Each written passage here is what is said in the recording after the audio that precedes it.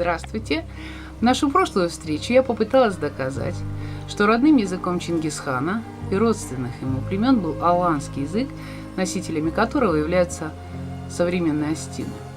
Но для племенных союзов быть носителем одного и того же языка еще не значит принадлежать к единому этносу. Мы с вами знаем, что жители ряда африканских государств говорят на французском языке. Однако это не делает их этническими французами. Помимо языка, к числу этнических характеристик народа относятся расовые признаки. В исторических документах Средневековья все племена, близкие Чингисхану, вели свое происхождение от прародительницы Алан-Гоа. В летописи Гоа объясняется как чистое лицом, а само имя Алан уже относит ее к племени Алан, в чем не сомневается ни один ученый. По преданию, Алан-Гоа родила своих сыновей от света. Вот как она это объясняла. Каждую ночь, бывало, через дымник юрты входит ко мне светлорусый человек.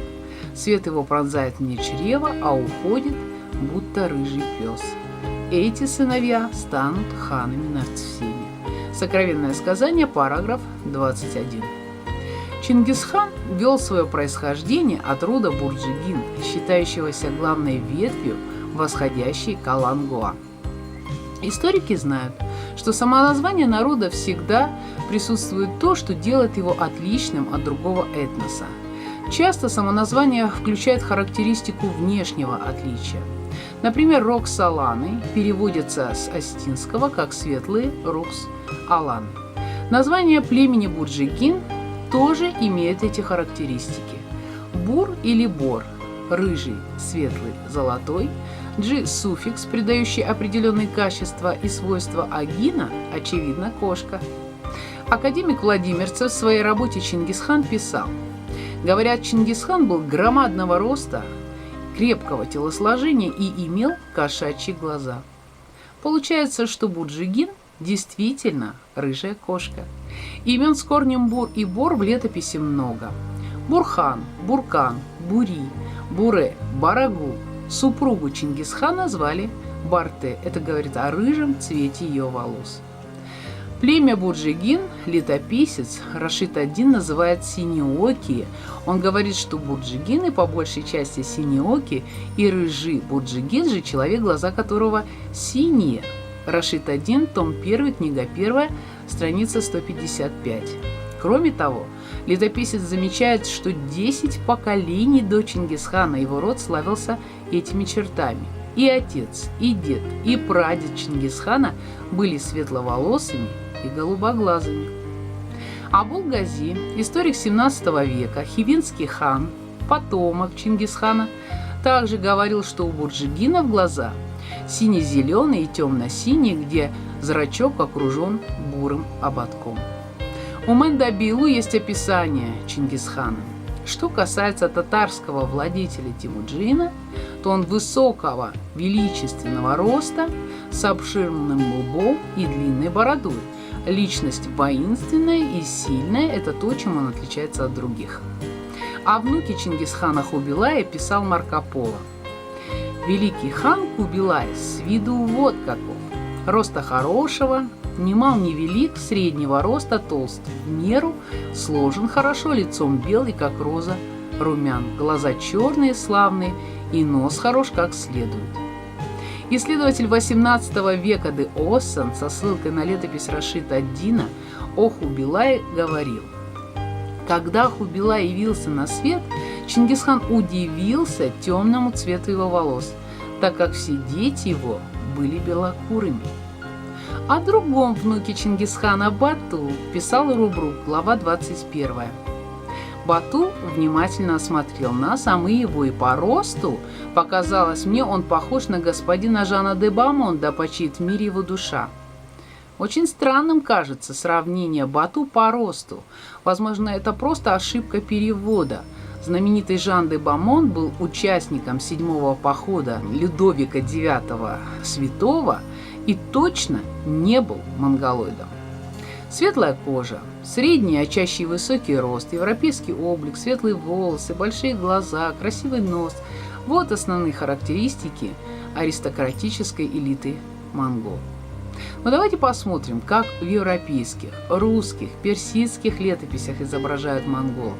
Обратите внимание на цвет волос, на светлые длинные бороды монголов, а также на внука Чингисхана Хулагу. Кстати, Хулагу, согласно источникам, носил имя Хаалон, а знаменитый полководец Джурмагун, по свидетельству Джуини, звался Хирподаном.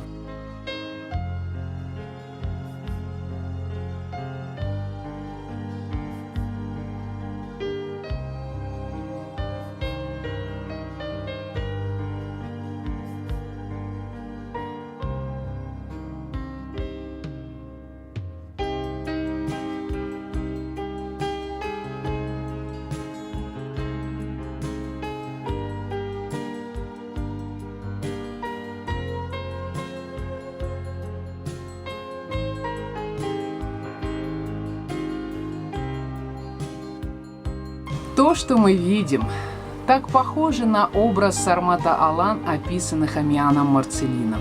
Все аланы высоки ростом и красивы, с умеренно белокурыми волосами, они страшны, сдержанно грозным взглядом своих очей.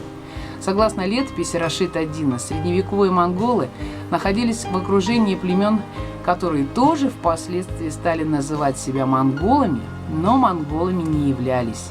Плана Карпини подробно описывает внешний облик этих людей именно так, как мы привыкли думать о монголах.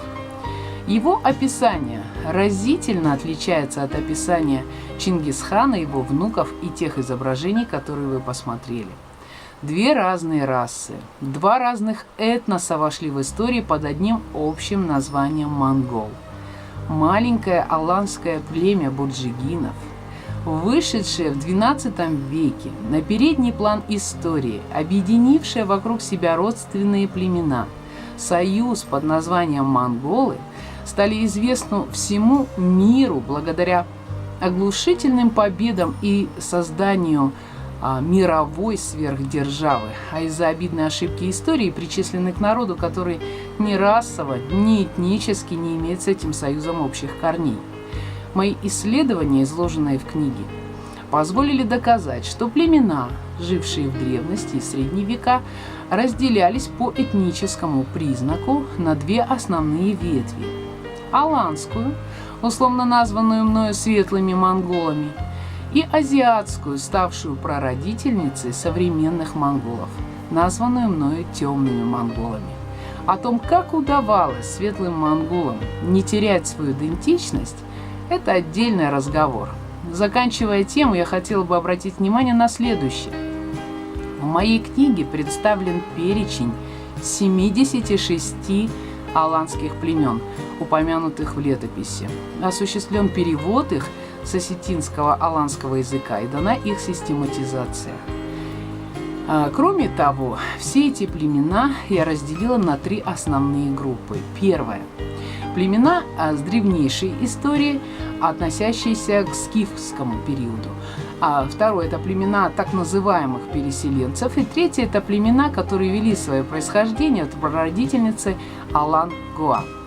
Я очень надеюсь, что это позволит приблизить конец исторической несправедливости в отношении истории Алан. С вами была Джуева Залина, автор книги «Чингисхан. Аланский след». Спасибо.